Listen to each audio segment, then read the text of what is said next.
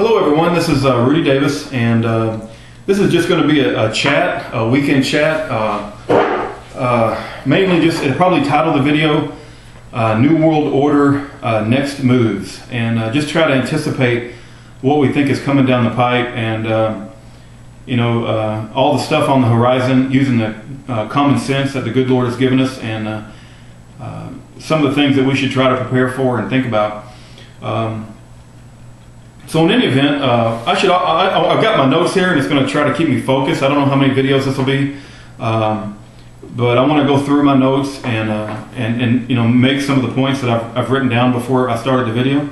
Also, I wanted to state that I'm an avid reader. I just love reading good books, especially some of the classics. It's incredible, the intellectual decay and the moral decay of our society, and people just watch bubblegum for the brain, these sitcoms and video games, and we got young people texting each other back and forth, and nobody reads anymore. I mean, there's some great classic literature that have been around for decades and even centuries, and I'm a big fan of trying to read and educate myself. And a couple of books that I've been devouring lately is this one is C.S. Lewis, Mere Christianity, and I just think it's an excellent book. I mean, C.S. Lewis used to be an atheist, and he converted to Christianity, and he gives some of the practical reasons that he goes through as far as the thought processes on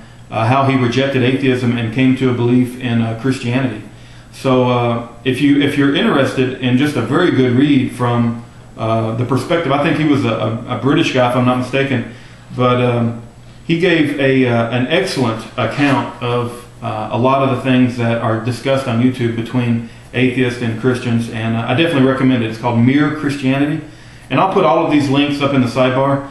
Also, there's another book that another YouTuber recommended to me. It's called Scaling the Secular City by J.P. Moreland, and I devoured that book as well, and I think that's an excellent book. But there's no hidden agenda with me, right? I don't try to read books and surprise you with ideas. I want to tell you the source of my the material that I read, because I'm not trying to spring anything on you. I mean, I'm very open about the sources of my material. Now, I don't just read material that supports my own belief system. I also read material that does not support my own belief system to see the alternate views. Matter of fact, I've read a lot of Richard Dawkins' work. I read The God Delusion, and I had to hold my nose all the way through it, but I did read all the way through it. I tried to digest all of the points that he made, and I've read a lot of his books on evolution and things like that. And then I've read a lot of anti-creation books as well. So I don't want to give the impression that I just read books that support my own belief system. I do read the counter-arguments. But I'll be honest, I have to hold my nose when I read those books, because I think I just can't help but see the bias in them and the degradation they try to put upon mankind. But anyway, that's the topic for another video.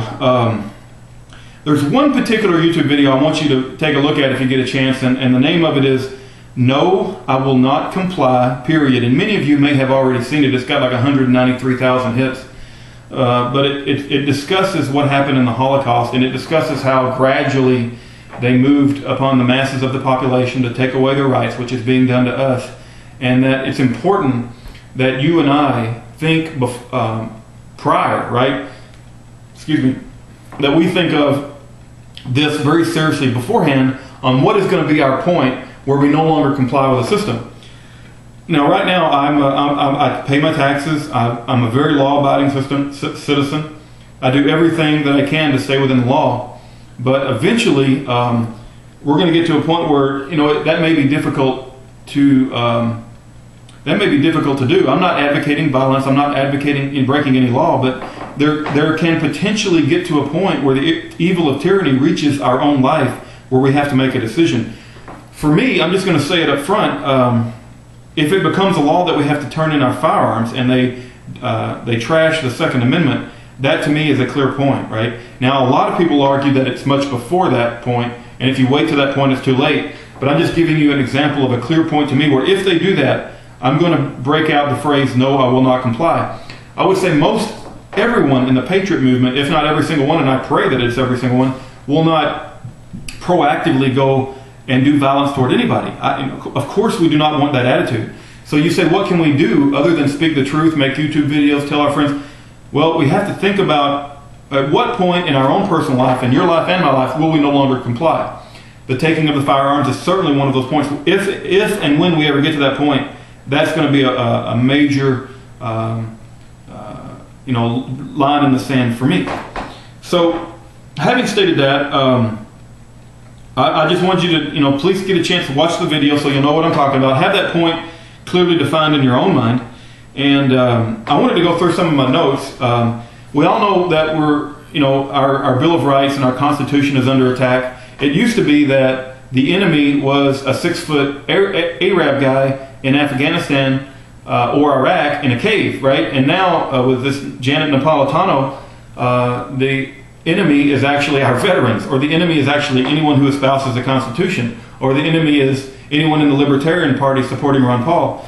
So I don't know, I could get very angry and slam my fist on the table, and I want to do that, but I'm going to try to maintain my composure. The fact that we live in a society that puts out a memo from Janet Napolitano indicating that veterans are potential domestic threats, how do we even live in that kind of society without everyone just being outraged and demanding that she step down from her position?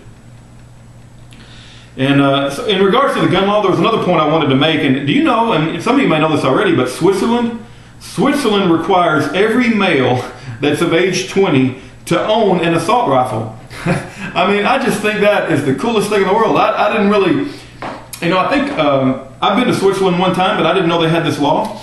But I just think that's incredible. I have a whole newfound respect for Switzerland. Wow, that's really cool. So anyway, it isn't everybody in the world giving up their guns. I know Britain did it, and I know Australia do it. I know the New World Order wants to do it to us.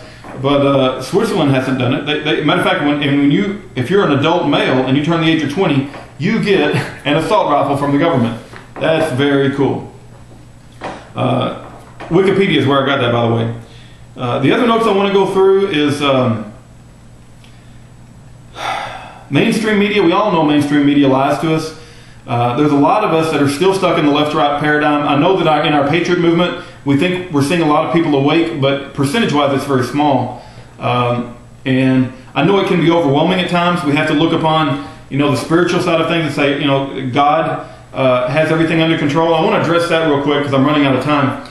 A lot of people will tell me, well, if you're a believer in God or a divine creator, doesn't that just give you a right to slack off? Doesn't that just give you a right to sit back, and say, hey, God's going to take care of everything. What do I need to do? Why am I even making YouTube videos? Why do I even care? It isn't like I wake up in the morning and just want to make YouTube videos. I got a lot of other things I could be doing as far as having fun.